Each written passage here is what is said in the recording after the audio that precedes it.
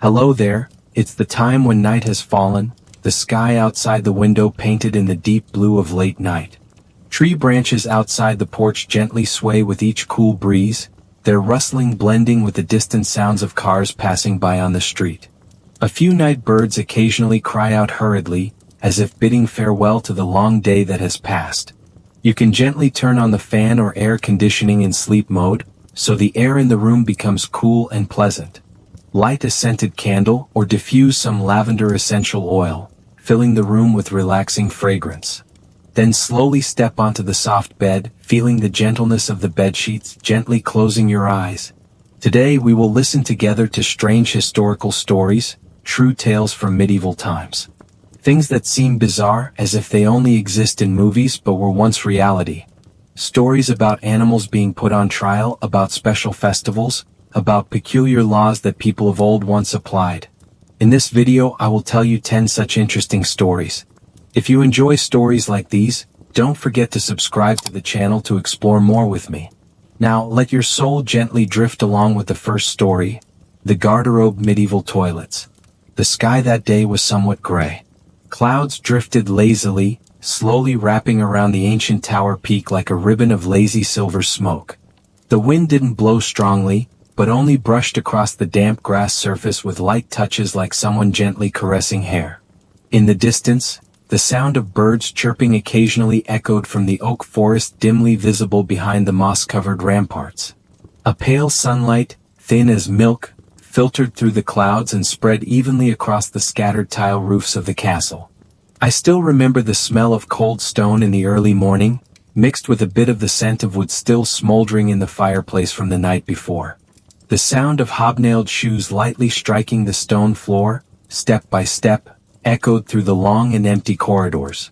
I, an apprentice to the Duke of this castle, was assigned a task that wasn't very glorious, but gave me a very different view of history. I was in charge of the toilet.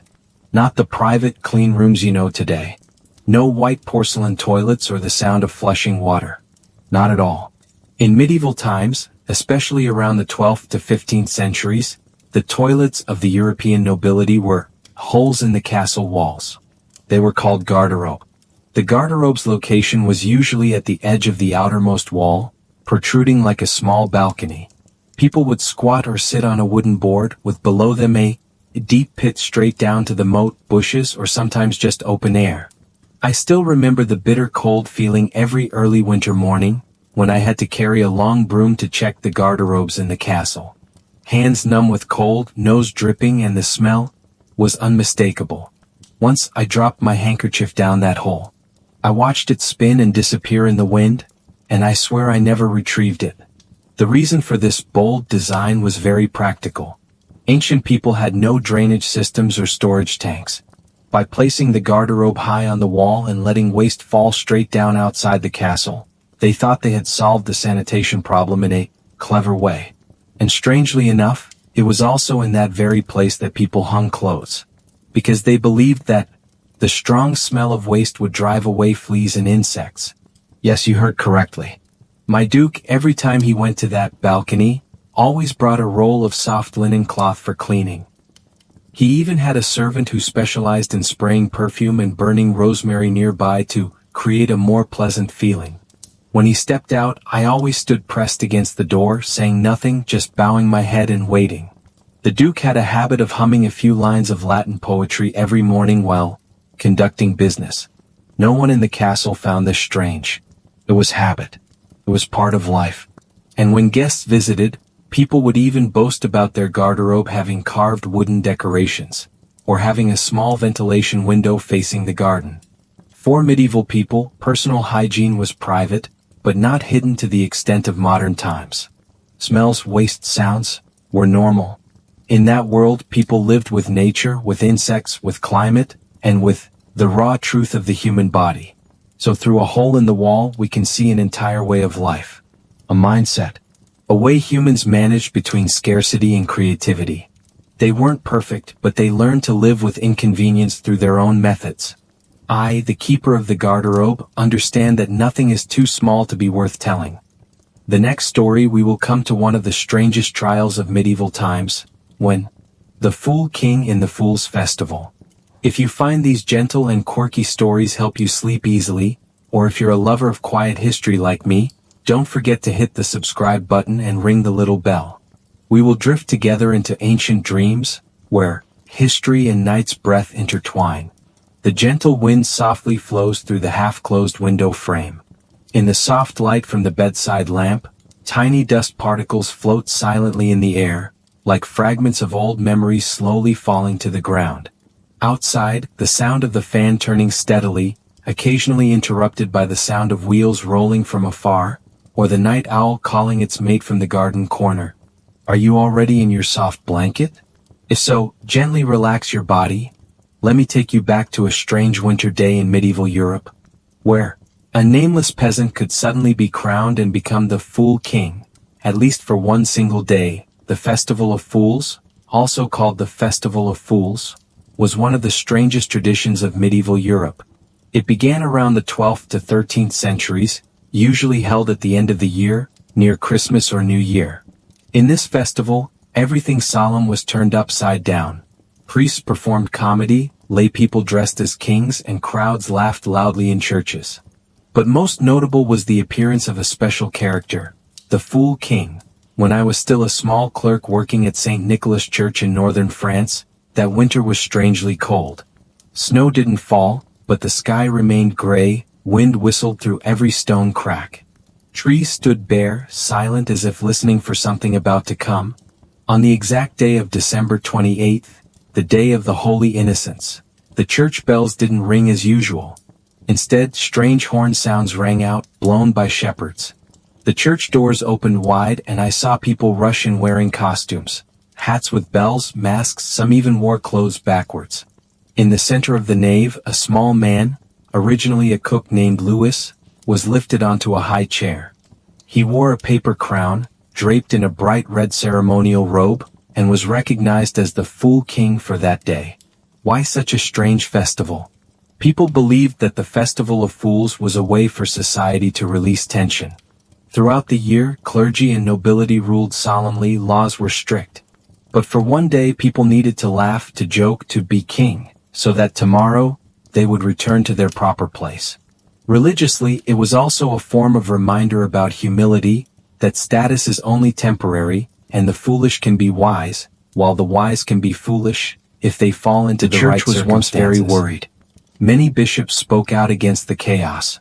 But instead of completely banning it, some places chose to control it, limiting time, appointing fool kings from moral people, or only allowing it to be held in the church courtyard.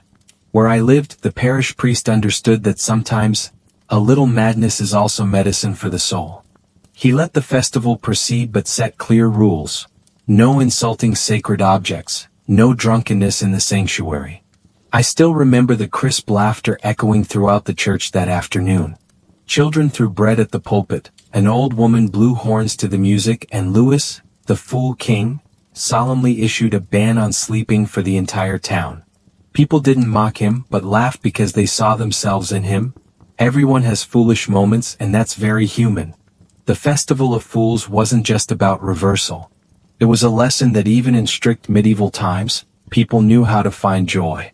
In the quiet moments of life, laughter, even if mad, is also medicine for healing.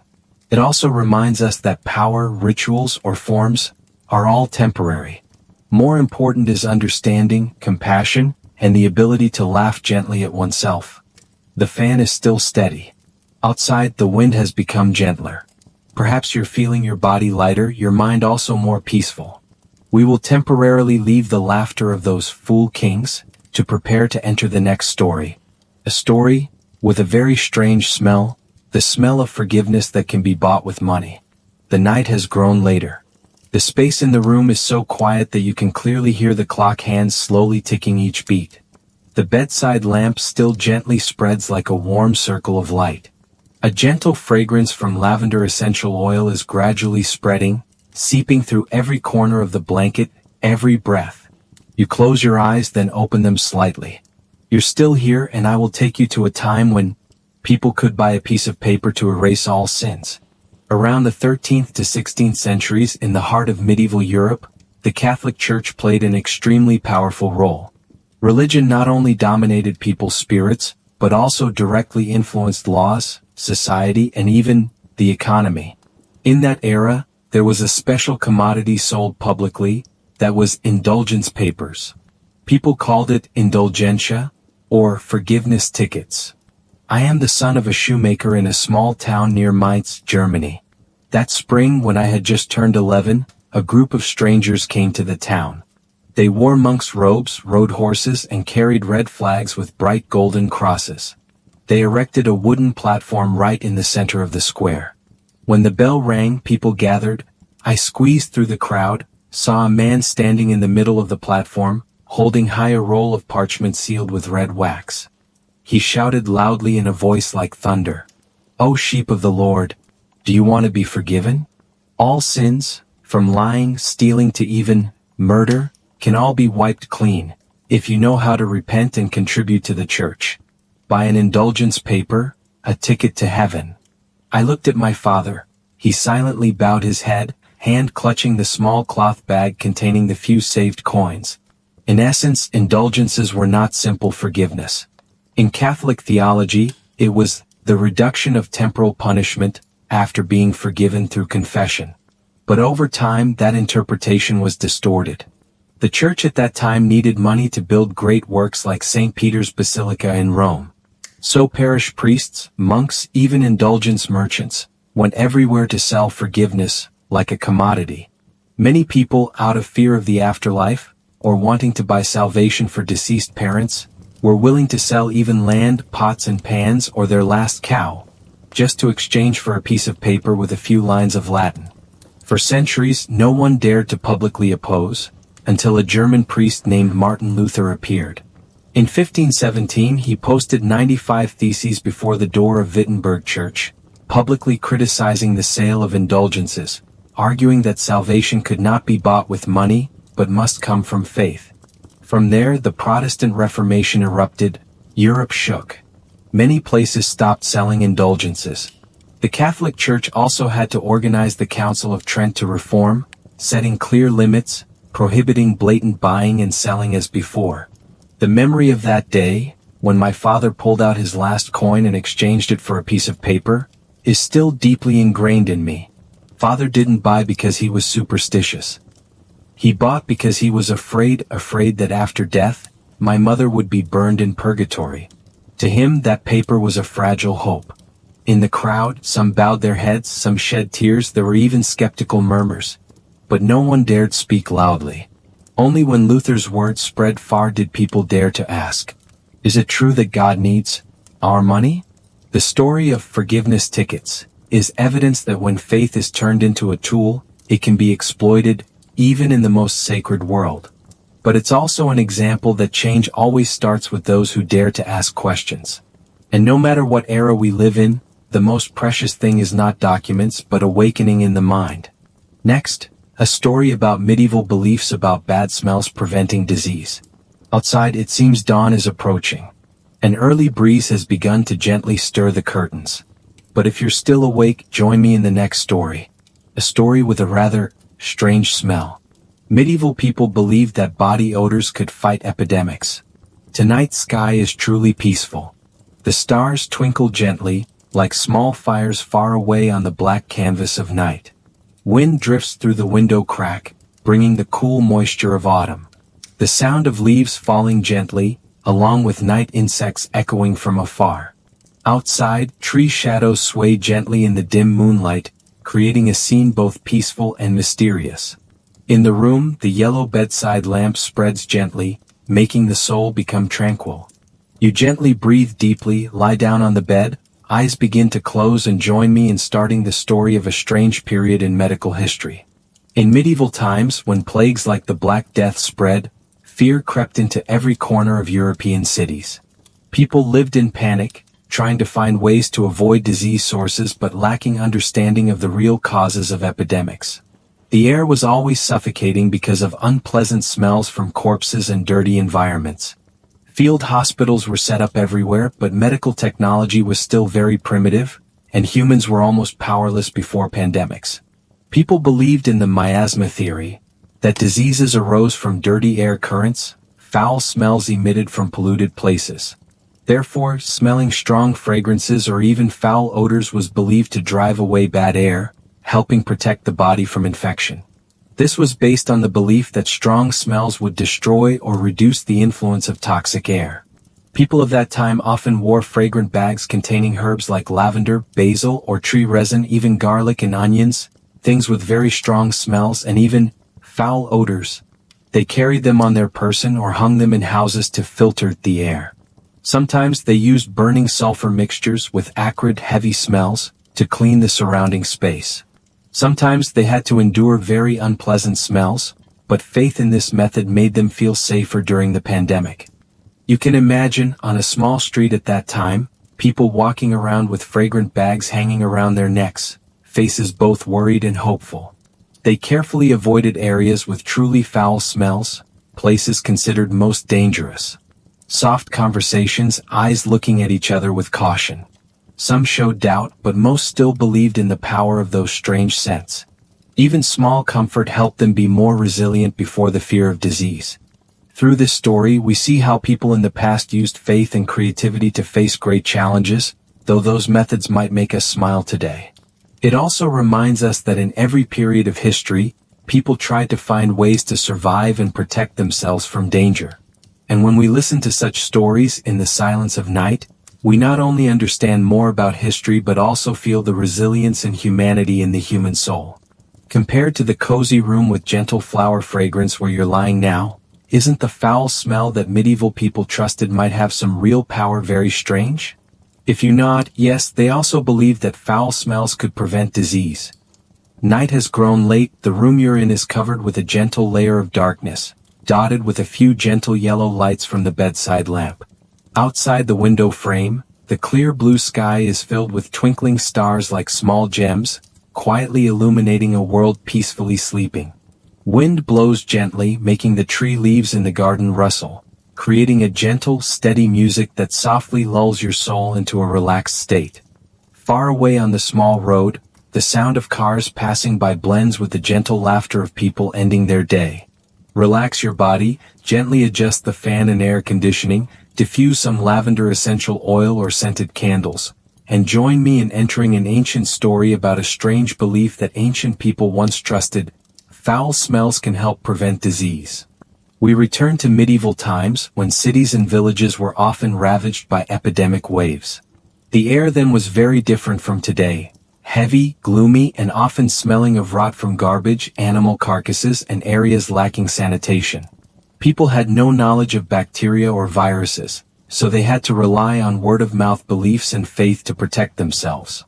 Foul smells, instead of being considered dangerous, became a strange sign, something they believed could help prevent disease.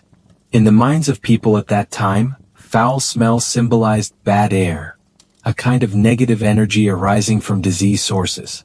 However, they also believed that if we were exposed enough and moderately to this bad air, the body would gradually adapt and develop the ability to resist epidemics. This was their way of fighting fear and helplessness before epidemics, by using the very foul smell as a barrier. People often hung bags of rotted straw, bundles of pungent herbs like basil or dill around houses, or even burned dry plants to create smoke and mild foul smells. Some even placed bowls containing rotten substances like spoiled fish guts or rotten eggs in bedrooms. Their living space at that time carried a strange smell that today we might find unpleasant, but to them, it was an invisible protective wall, keeping disease from entering. You can imagine, on a cool afternoon as the sun gradually faded and shadows began to lengthen, everyone in the village gathered together, exchanging stories about foul smells curing disease. Gentle laughter mixed with serious discussions echoed by the flickering fires. The warm yellow light of flames danced on everyone's faces, making the scene slow down, making us feel the warmth and hope despite difficult circumstances. Not everyone believed in this strange method. Some showed doubt, even reluctance when having to live in a space full of foul smells. Some felt suffocated and wanted to stay away, while others firmly believed and followed. Those who believed that foul smells prevent disease tried to explain that the human body would naturally adapt, and thus disease would have little chance to develop. In the middle of the night, we could hear whispers, gentle footsteps in the houses, and someone quietly placing another straw bag in front of the door to keep the smell wall always strong. Although today that belief seems strange, even wrong, it's evidence of human creativity and survival instinct before dangers not yet understood. It was their way of seeking safety in the darkness of gloomy days, a way to maintain spirit and hope in the storm of epidemics. Looking back at history, we understand that every belief, however strange, stems from an essential need: protecting life. And thanks to that, we more appreciate today's medical and scientific advances, as well as our ancestors' resilience in the long journey of fighting natural disasters and epidemics. Now you can relax, take a few deep breaths, feel your gentle breathing, and slowly let the story of ancient times lull you into a peaceful sleep. Outside, the night curtain still flows gently, gentle breezes blow through the window, carrying the smell of damp earth and tree leaf fragrance. The room radiates gentle yellow light, the clock ticks steadily, leaves rustle outside, all creating a gentle, peaceful symphony for our souls. Are you ready to join me in stepping into a story about a food that was beloved and quirky in history? Cheese with maggots. How was it once a favorite dish of ancient people?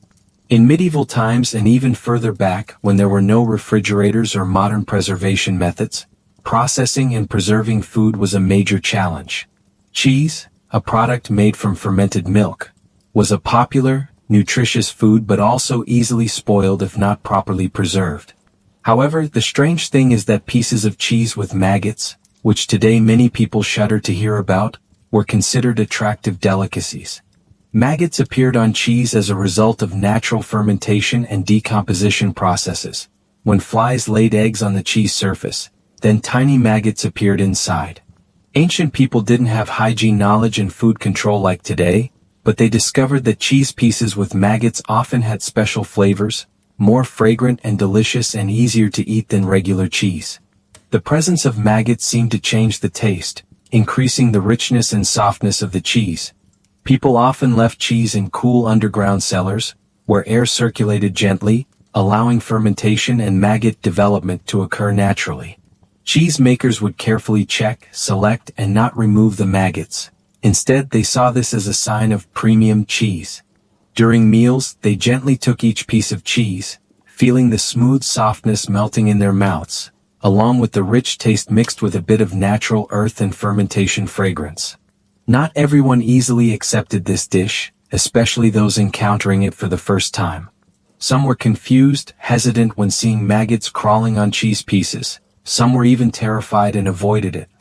But for food connoisseurs and those familiar with it, it was a source of pride and refined enjoyment. They often told each other that cheese with maggots was not only delicious but also nutritious, helping strengthen health. This story helps us understand more about differences in culinary culture and how humans adapted to harsh natural circumstances. Foods that today we might consider quirky are evidence of our ancestors' creativity and endurance in preserving food and enjoying life. It also reminds us to always be open-minded, appreciating traditional values even if they seem strange, because behind every cultural feature lies the story and wisdom of an era. Do you feel curious and want to know more about other strange stories in history? Keep your soul light and continue exploring with me. Outside, the sunset quietly falls, dyeing the whole sky red, leaves gently swaying in the light breeze. The sounds of birds at day's end calling each other gradually fade, replaced by the peaceful sounds of approaching night. Wind rustling through leaves, water trickling from a nearby stream, mixed with occasional gentle laughter echoing from afar. In that warm space, you and I step into another ancient story, the story of brave knights and what few would expect beneath their cold steel armor. Have you ever imagined that beneath layers of heavy steel armor, people might think knights only wore a hard metal outfit, but in reality they had to wear an undergarment made of thick, soft cloth? Not light fabric, but a type of gambeson, thick padded clothing helping protect their bodies from wounds caused by armor during movement and combat. Each time I see those shining armor suits, we usually only see the cold, solid exterior while forgetting that inside, layers of thick fabric are silently sheltering, supporting. I remember standing in a small room listening to stories. I naturally felt that heaviness was not just metal but also human strength, the meticulous care knights devoted to themselves. The story begins with very real pain that knights had to endure. You can imagine when wearing armor, steel pieces rubbed strongly against skin and flesh, causing scratches, even bruises. Without the undergarment layer, each step, each collision would cause the knight unbearable pain. Gambeson was the soft armor, shock-absorbing, helping absorb force, softening impacts. Additionally, this layer helped keep the body warm on cold days. In medieval times, when there were no heating systems like now, thick cloth undergarments were indispensable companions, helping knights maintain strength and fighting spirit endurably. Each time preparing for battle, knights had to go through a very elaborate armor-wearing process. First, they wore the gambeson layer, the cloth undergarments sewn very carefully, thick and bulky, sometimes with additional sheep wool or cotton inside to create warmth. I clearly see in my mind the image of a knight standing before a mirror, face somewhat tired, hands trembling but still determined as servants carefully dressed each piece of undergarment. Then heavy steel armor pieces were fastened one buckle at a time, strapped with belts to fit snugly but not too tight, so as not to lose flexibility. The knight's feeling at this time could be both suffocating and proud. Sweat began flowing, breathing became rapid, but the heart beat strongly because of stepping into battle. Village people, witnessing the scene of knights putting on armor step by step, always felt respect mixed with sympathy. They knew that behind that shining armor were real people with sweat, blood, and silent endurance. Some children looked with admiring eyes, wishing one day they too could become brave knights. Other soldiers, sometimes seeing the difficulty in wearing armor, even wounds caused by friction, understood better the inner strength and resilience of these warriors. Feelings of both worry and pride spread in the air each time knights stepped out of the preparation room, heading toward the battlefield. Through this story, we learned that true strength is not just the hard outer shell but also meticulous inner care. Like those knights in modern life, we also need our own gambeson layers, whether health, soul, or wisdom, to protect ourselves from inevitable challenges and impacts. Each of us has our own armor, and most importantly is knowing how to care for and nurture the inner undergarment so that when facing difficulties, we're not only tough on the outside but also solid from within. The bedside lamp gently spreads throughout the room, the fan turns gently, bringing pleasant coolness. Now relax your body, take a deep breath and join me in the next story. Night has truly fallen, the sky outside the window covered in a thin layer of darkness like a deep black velvet curtain. Night wind glides gently, moving each green leaf on branches outside, carrying the gentle scent of lavender from the essential oil bottle on the table. Insect sounds murmur, wind whispers blend with your slow breathing in the warm room, where only the gentle bedside lamp creates a warm circle of light. You've prepared a gentle fan, adjusted the air purifier to quiet mode, and a scented candle spreading pure fragrance. Now let your soul be leisurely, release all daily worries and join me in stepping into an ancient story, hearing about a strange trial custom, full of medieval color, trial by ordeal with boiling water and fire. The story takes place in medieval times, a period when science hadn't developed, and people still deeply trusted supernatural forces, beliefs and judgment methods heavily colored with mystery. It was also a time when those responsible for law, judges, legal experts, believed that good and evil could be judged not only by words, but also by very harsh trials. Trial by ordeal with boiling water and fire, also called trial by ordeal, was seen as a method to determine the truth about the guilt of the accused in cases. They believed that if the person was innocent, then these trials would not cause serious injury or wounds would heal quickly, like a miracle from heaven. Imagine yourself standing in a small village in the middle of green fields, by a slowly flowing river. The weather is cold, the dim afternoon light reflects through large tree canopies. People gather outside a small courthouse, where an accused person awaits their fate. That person is a middle-aged man, looking tired but his eyes still contain determination. He's accused of a serious crime, perhaps theft or even witchcraft. The court doesn't have enough clear evidence and testimonies are only vague. Therefore, according to the laws of that time, he must undergo trial by boiling water or fire to prove the truth. Village people from old to young gather together, both curious and worried. Whispers rise mixed with distant cuckoo calls, lantern light shimmers in the misty night.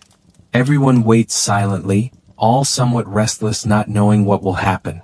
The process begins with the accused being brought to a stove or pot of boiling water, a place prepared beforehand. If it's the boiling water trial, people will take a handle or metal object, dip it in boiling water, then make the accused grab the handle with their hand, or even put their hand in the water.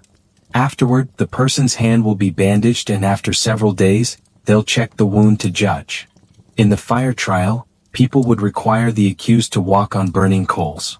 This sounds harsh and terrifying, but they believed that innocent people wouldn't be deeply harmed. While the accused stepped step by step onto the red-hot coals, I clearly saw tension appearing on his face. Sweat beaded on his forehead, eyes wide open, breathing quickening but still trying to stay calm. People around held their breath, following each slow but determined movement. Sometimes he hesitated, slowed his steps, his eyes glancing around as if seeking comfort from familiar faces. A few children looked at him with eyes both curious and frightened, while adults murmured silent prayers. After completing the trial, the accused was taken to temporary medical care to examine wounds. According to tradition, if wounds healed quickly, didn't get infected, or weren't serious, the person would be declared innocent. But if wounds were severe, festering, then guilt was considered proven. The crowd fell silent when the accused was told the results. Some sighed with relief, others remained silent, eyes sad for the cruel fate of a village member. I clearly remember the indescribable feeling rising in my heart then, sympathy mixed with fear and fragile hope. We can't blame them. Those people of that time truly believed this was the only way to bring justice and peace. Today we have more civilized, fairer trial methods. Trial by ordeal with boiling water and fire is evidence of legal history development, part of the process humanity went through to seek justice. The story not only helps us understand more about a distant era, but also reminds us of the value of empathy, compassion, and continuous progress in how we treat each other. The fan continues steadily. Outside, wind has become gentler. Perhaps you're feeling your body lighter, mind more peaceful. We'll temporarily leave behind the laughter of those fool kings, to prepare to enter the next story. A story with a very strange smell, the smell of forgiveness that can be bought with money. Night has grown later. The space in the room is so quiet you can clearly hear clock hands slowly beating each tick. The bedside lamp still gently spreads like a warm circle of light. A gentle lavender essential oil fragrance gradually spreads, seeping through every corner of the blanket, every breath. You close your eyes, then open them slightly. You're still here, and I'll take you to a time when people could buy a piece of paper to erase all sins. Outside the window frame, night shadows gradually fall, space becomes unusually quiet. Warm yellow light from the bedside lamp on the table gently illuminates every corner of the room, soothing the soul. The ceiling fan turns slowly, harmonizing with the quiet air purifier breathing steadily.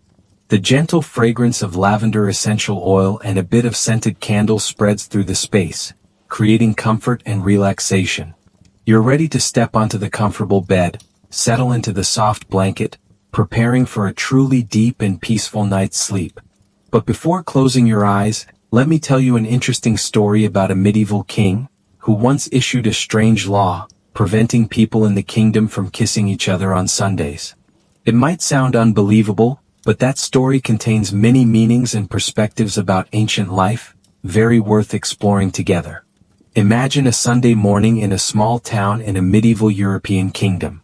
Early morning sunlight shines through old oak leaves, each golden ray gently interweaving with the cool breeze. The surrounding space is filled with cheerful bird songs, the rustling sound of falling leaves and leisurely footsteps of people preparing to go to church. In that era, Sunday was considered the most sacred day of the week, a day for everyone to stop daily work, spend time reflecting, praying, and maintaining purity in their souls. Therefore, behaviors considered inappropriate for that sacredness were often condemned and strictly restricted. The king in our story, someone very concerned about morality and social order, decided to establish a law that sounded strange but reflected his deep belief about respecting the holy day, forbidding everyone from kissing each other on Sundays. At that time, society still greatly valued religion and strict moral regulations. The king was not only the political leader but also the protector of morality and spiritual values of the people. In a moment of deep reflection about recent events, the king noticed many couples, especially young people, couldn't maintain seriousness on holy days. They frequently displayed excessive affection, kissing in public places, even in churches, causing displeasure among clergy and many people. The king believed such gestures took away the purity of holy days, diminishing precious spiritual values. Therefore, he decided there must be specific laws to deter and maintain Sunday solemnity, while preserving social order. When news of the new law spread to every village, every small city, people's reactions were very diverse. They were surprised, curious, yet somewhat doubtful about the law's feasibility. Let's step into a Sunday morning in that small town. Early golden sunlight shines through windows, warming the space. Bird songs harmonize with the leisurely footsteps of churchgoers. Little Thomas stands by the house door, watching young lovers walking along the old stone road. The young man wants to give the girl a kiss, but shy glances and fear of the law make both maintain distance. I saw confusion on the girl's face, a small smile, but eyes couldn't hide regret. Thomas sighed gently, his eyes full of worry mixed with sadness, having to restrain his emotions according to the new law. Simple loving gestures now became luxuries. Not only couples but even large families became more cautious on Sundays. Parents reminded children to restrain intimate actions. In the square, handshakes or hugs replaced kisses, as a subtle way to comply with the law while still expressing affection. Not everyone agreed with this strange prohibition. Some people, rich in sympathy and flexibility, found ways to express affection without violating the law through gentler means, like tender glances or soft words. But there were also those who thought the law too harsh, taking away naturalness and joy from life. They felt this control like an invisible burden weighing on everyone's shoulders, making relationships tense and uncomfortable.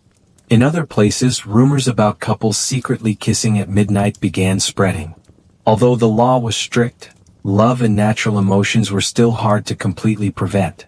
Stories of secret midnight kisses became small folk legends, like a subtle rebellion of human hearts against harsh rules. The story of the king who banned kissing on Sundays is not just an interesting historical tale, but also a lesson about balance between power and personal freedom. It shows that no matter how strict laws might be, human instinct and emotions always yearn to be expressed and shared. At the same time, the story reminds us of the importance of understanding and empathy in social life. Every regulation stems from particular values and beliefs, but when applied, they need consideration to not take away naturalness and human happiness. Over time, society changed, laws gradually disappeared or were modified, but stories like this remain forever, reminding us of the past and how people once lived, loved, and fought for their beliefs. How wonderful if you've already fallen into deep sleep, but if not, I'm sure you have various worries and thoughts. So why don't we end with joyful dancing? I hope this final story will be a small ray of light seeping into each nerve cell, bringing you comfortable relaxation. Dawn is approaching, you have many things to do tomorrow. Let your mind be leisurely, peaceful, and healthy. Now, let's look out outside the window frame. The night sky gradually takes on a deep blue color, each star twinkling like small gems interwoven in the quiet sky curtain. The gentle wind blows through each old tree branch, rustling, harmonizing with distant sounds of night insects. The ceiling fan turns slowly, creating a steady, pleasant rhythm. Gentle yellow light spreads throughout the room, along with the rich fragrance of lavender essential oil, making the space truly peaceful. You've prepared a comfortable bed, soft blankets embracing your body, preparing for a deep, relaxed night's sleep. But before you close your eyes, let me lead you back to medieval times, to a summer in 1518 in Strasbourg, a strange story full of enchantment and no less haunting, the mass dancing mania. In 1518, the city of Strasbourg, then part of the Holy Roman Empire, now belonging to France, experienced an unprecedented event in medical and social history. A phenomenon called dancing mania erupted, causing hundreds of city residents to be unable to stop dancing for days, even weeks. It was a mysterious phenomenon, difficult to explain, causing people in the city to gradually lose control, bodies exhausted from non-stop dancing, and many died from fatigue or stroke. In the medieval context with deep beliefs in demons, sorcery and spirits, this event threw the entire city into chaos, from authorities to common people all confused about how to handle it. Imagine a hot summer day in Strasbourg, clear blue sky, brilliant sun shining down on old cobblestone streets.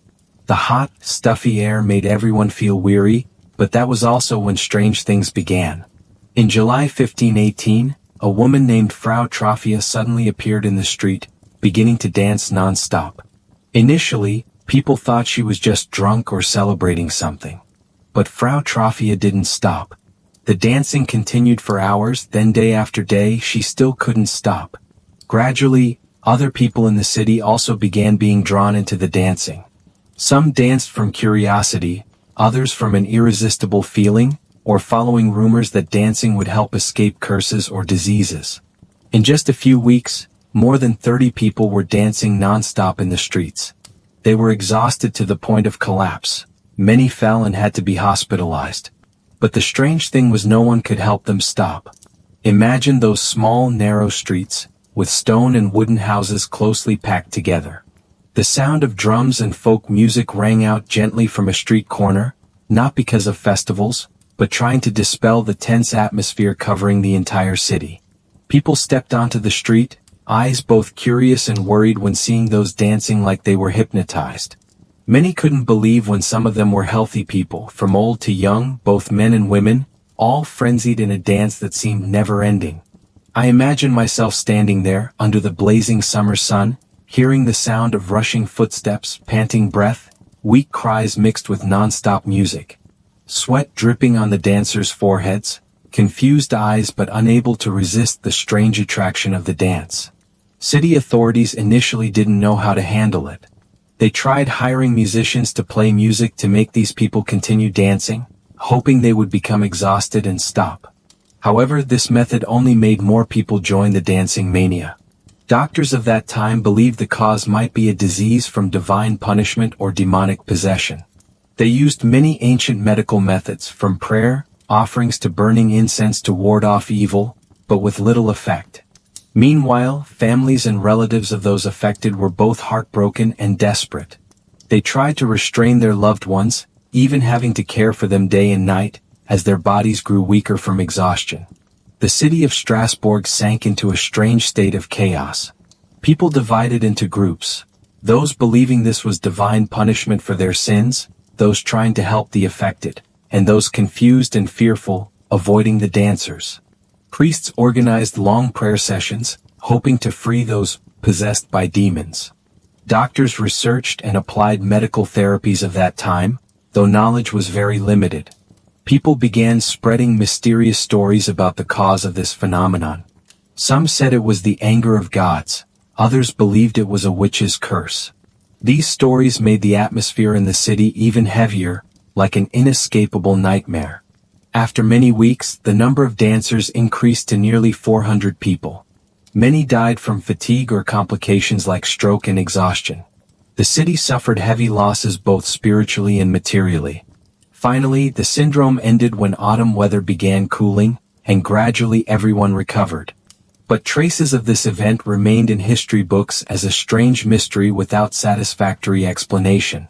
Today, researchers believe this might be a rare case of mass dancing syndrome, possibly due to excessive community psychological stress, or a type of mental disorder spreading through word of mouth.